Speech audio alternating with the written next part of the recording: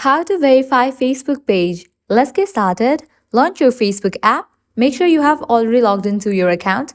Now head towards the menu page. Once you land to the menu page, scroll down. You'll see the option of help and support. Click on it.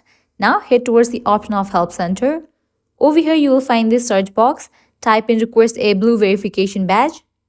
Now click on this option of request a verified badge on Facebook. Now scroll down. You will see this option of fill out this form. Click on it. With that, you will be directed to this page from where you can easily verify your page or profile. Now you have to fill this. First, you have to select what are you verifying. Step 1, confirm authenticity. Under that, you have to select your document type and you have to upload the file. Likewise, step 2, confirm notability. You have to select the category and then type in your country or region name. Likewise, select the audience and then scrolling down.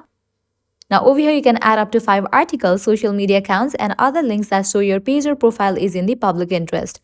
Once you fill all this, click on the option of send. Now Facebook team support will review your form and in the case your Facebook page meets all the requirements to be verified, definitely your Facebook page will be verified. So this way you can easily verify your Facebook page. At the end, if you guys find this video helpful, don't forget to like, share and subscribe to our channel. Thank you.